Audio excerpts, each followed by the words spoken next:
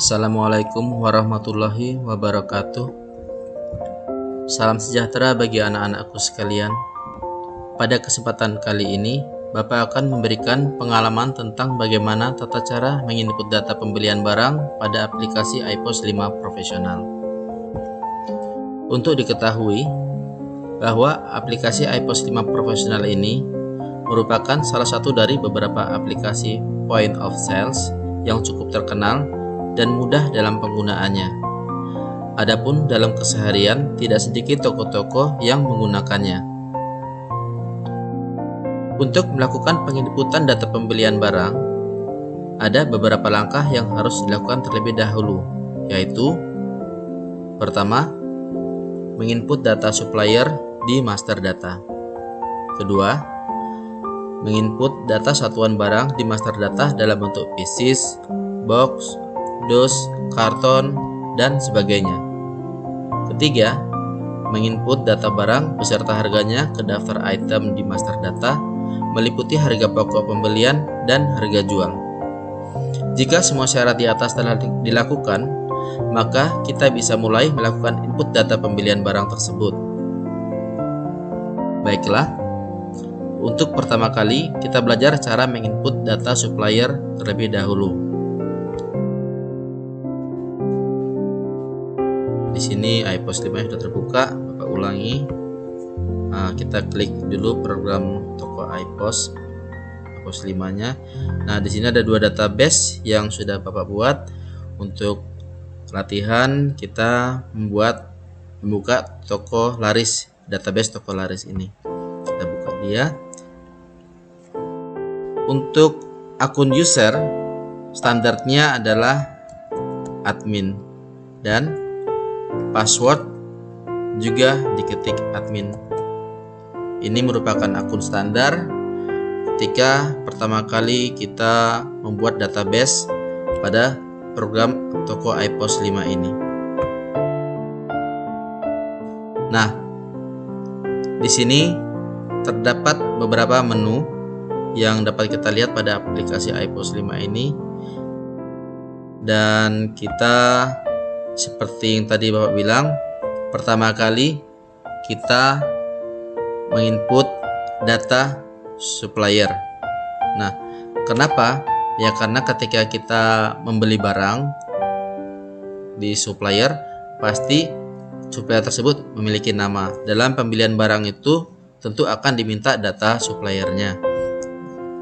Nah, kita masukkan data supplier. Kita lihat di sini masih kosong, belum ada nama suppliernya. Kita masukkan dulu nama supplier dengan mengklik tanda tambah. Di sini kita klik namanya, misalnya Sanwira. Sanwira adalah salah satu supplier di Kota Merauke yang banyak menjual barang-barang kebutuhan sehari-hari dengan harga partai. Alamatnya di Jalan Raya Mandala, Kota Merauke, Provinsi Papua Selatan, negara Indonesia. Nah, kalian bisa lengkapi semua yang ada di sini. Kalau sudah lengkap, lalu kalian klik tombol simpan. Data berhasil simpan. Apakah akan menambah data baru? Jika mau menambah, klik yes. Kalau cukup sampai di sini ya klik no. Nah, di sini sudah terlihat baru satu supplier yang terinput dalam tabel database supplier. Kalau sudah kita input data supplier, selanjutnya kita input data satuan. Kenapa begitu? Ya karena pada saat kita melakukan penjualan nanti, pastilah akan diminta berapa banyak satuan, misalnya pieces kah, atau mau dijual dalam bentuk karton. Begitupun dalam pembelian, pasti kita akan dapat mengetahui harga satuannya, harga pokoknya berapa, dan kita akan menginput juga harga jualnya. Nah, untuk itu setelah kita masukkan data supplier tadi, kita ke input data satuan. Nah, pada master data ini ada menu satuan. Kita klik di sini. Untuk satuan tersebut, di sini kan ada sudah standar, sudah tulis box, dus, GLS atau gelas, gram, pak, pieces. Mungkin ada tambah lagi, misalnya karena misalnya pada kali ini kita mau mengikut pembelian super mie ayam bawang misalnya. Nah, di Kota Merauke itu kan super mie ayam bawang harganya 134.000 dalam satu kartonnya. Nah, berarti kita tambah satuannya karton. Di sini misalnya kita kasih kode kar, keterangannya adalah karton. Kalau sudah, kita simpan. Nah, terus apa yang dilakukan setelah ini? Kita lihat di sini sudah ada kar, kodenya kar, keterangannya adalah karton. Kalau sudah ya, kita tutup saja. Artinya penginiputan data satuan sudah selesai. Kalau mau tambah data satuan lainnya, silakan klik tanda tambah baru di sini. Tapi kalau tidak ada, ya sudah, kita silang. Klik silang, dan selanjutnya kita masuk kepada daftar item. Ya, pada daftar item ini kita lihat masih kosong, belum ada nama barang untuk di daftar item ini. Untuk itu, sebagai langkah untuk menginput datanya, kita klik item baru. Nah, di sini diminta pilihan tipe itemnya, seperti barang, jasa, rakitan, non inventory. Nah, karena kita membeli dan menjual barang, maka kita pilihnya adalah di barang. Contohnya, karena tadi Bapak sudah memberikan contoh, kita membeli super mie ayam bawang, maka kita sepakat saja kita memberikan kode super mie ayam bawang, misalnya S-001 misalnya. Mungkin nanti mie goreng lainnya misalnya S002 dan seterusnya. Nah, setelah kodenya kita masukkan, kita ketik namanya super mie ayam bawang. Jenisnya di sini adalah makanan, merek misalnya food, pada rak berapa misalnya, nanti akan dipajangkan misalnya di rak nomor 5 atau 6 begitu. Kalau sudah kita input di data umumnya, kita lanjut ke submenu satuan dan harga jual. Nah, di sini Bapak akan memilih berdasarkan satuan. Kenapa? Kalau untuk satuan harga yang kita pilih di sini, ya berarti hanya menjual per pieces saja.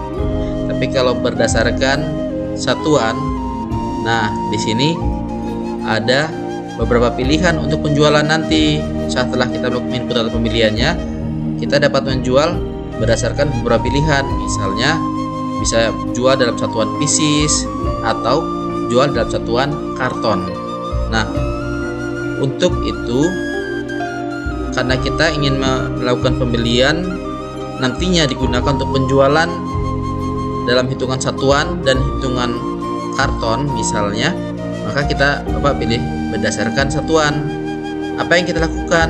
Pada klik satuan tersebut, kita klik pieces. Ini satuan terkecil dalam barang tersebut.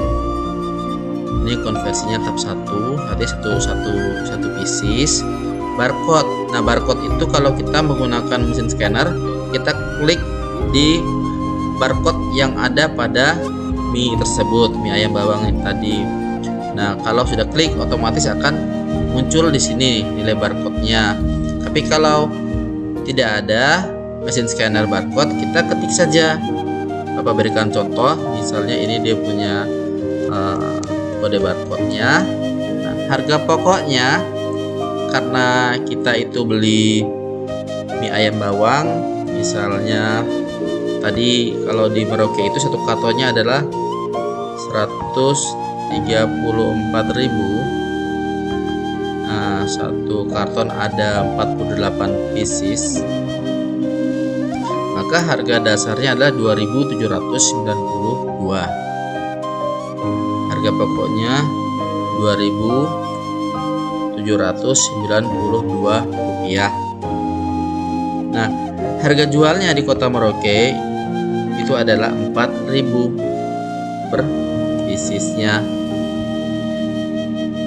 Dan bagaimana dengan harga karton per kartonnya? Ada karton di sini. Nah, ini karton. Kita dalam satu karton kita isinya adalah 48 pieces. Harga pokoknya adalah 134.000. Harga jualnya, misalnya kita sepakat dijual dengan harga 150.000. Nah, seperti ini. Kalau sudah kita isi satuan dan harga jual barang berdasarkan satuan ini, kita bisa klik simpan.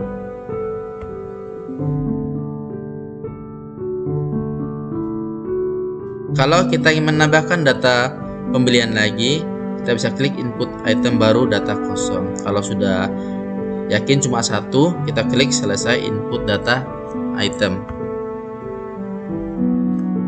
Ya. Nah, di sini kita bisa melihat ada kode item S001 dengan barcode sekian. Nama itemnya adalah Super Mie ayam bawang. Stoknya masih 0.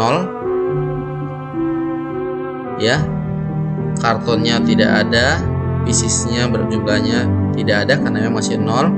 Nanti akan diletakkan di rak nomor 6. Jenisnya adalah makanan mereknya Indofood. Nah, di sini kelihatan harga pokoknya sekian 134.000 dan itu untuk harga kartonnya, dan harga piecesnya adalah 2.792. Harga jualnya nanti kalau kita mau menjual adalah untuk per piecesnya 4.000 dan untuk harga per kartonnya adalah 150.000. Nah, seperti ini. Tetapi stoknya masih kosong.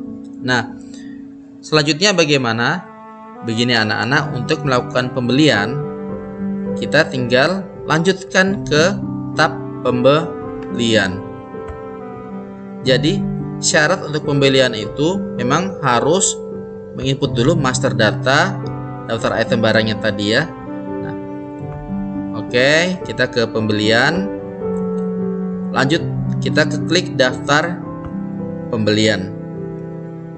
Nah, pada daftar pembelian ini kita klik tanda tambah. Kita klik tanda tambah. Di sini aplikasinya masih tertulis versi trial atau versi percobaan, tapi nggak apa-apa, untuk belajar aplikasi ini masih bisa digunakan. Kita klik. Bagaimana caranya? Ya, klik kode item. Kita ingat tadi berapa kode untuk Super Mie ayam bawang S001. Nah, ini kita belinya kan bukan per pieces, kita belinya adalah per karton. Nah, apa yang kita lakukan setelah kita pilih ini? Kita pilih per karton. Nah, kita klik pilih. Kita klik pilih. Nah, di sini terlihat Super Mie ayam bawang. Misalnya kita beli 5 karton. Nah, totalnya 670.000.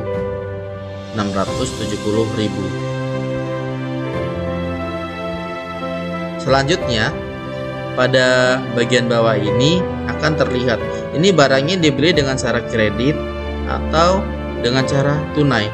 Kalau dengan cara kredit, nah tanggal jatuh temponya bisa diisi di sini. Tapi karena kita di sini menginput data untuk pembelian yang secara tunai, dinotakan terlihat tadi itu misalnya pembelian secara tunai dengan nominal rupiahnya adalah 670.000. Otomatis di sini tidak ada tertulis kredit, artinya memang kita beli secara kontan. Kalau sudah, kita klik. Oh ya, lupa sebelum ini ada supplier. Tadi kan kita sudah input supplier pertama. Nah, kita klik di sini, kita klik Sanwira. Belinya di supplier Sanwira. Lalu kita simpan.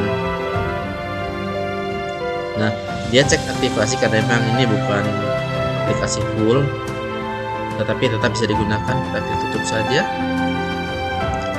Di sini terlihat transaksi nomor 0001 BL pembelian UTM 0324 berhasil disimpan. Nomor transaksi ini secara otomatis ya, dia muncul dengan sendirinya. Jadi dia akan berurutan nanti. Kalau sudah selesai, kita klik OK. Nah, kita lihat di daftar pembeliannya. Nih, sudah ada daftar pembelian. Baru bagaimana dengan stoknya? Tadi kan kita lihat stoknya kan kosong. Kita lihat stoknya kosong. Sekarang apakah ada stoknya? Kita kembali ke master data. Kita klik daftar item.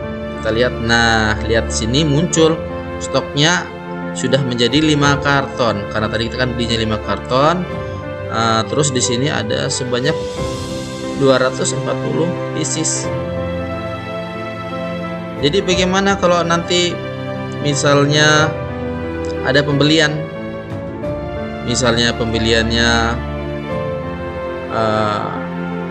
dibeli 2 pieces, kita jual 2 pieces, orang beli 2 pieces, otomatis kan menjadi 238. Di sini bukan 5 karton lagi, tapi sudah 4 karton, 238 pieces. Dia akan berkurang otomatis kayak gitu.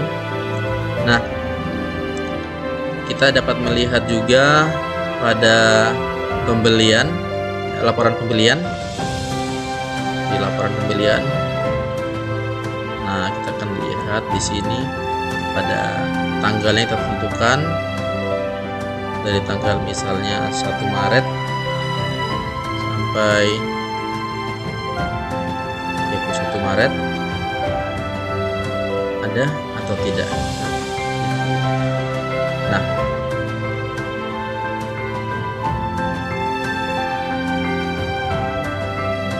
ternyata pada tanggal 4 Maret 2024 telah terjadi pembelian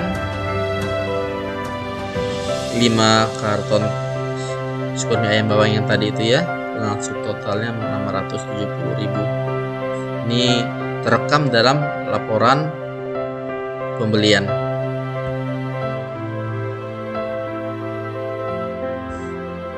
Ya, demikian anak-anak tata cara menginput data pembelian barang dengan menggunakan aplikasi iPOS 5 Profesional. Semoga dapat bermanfaat bagi kita semua. Terima kasih.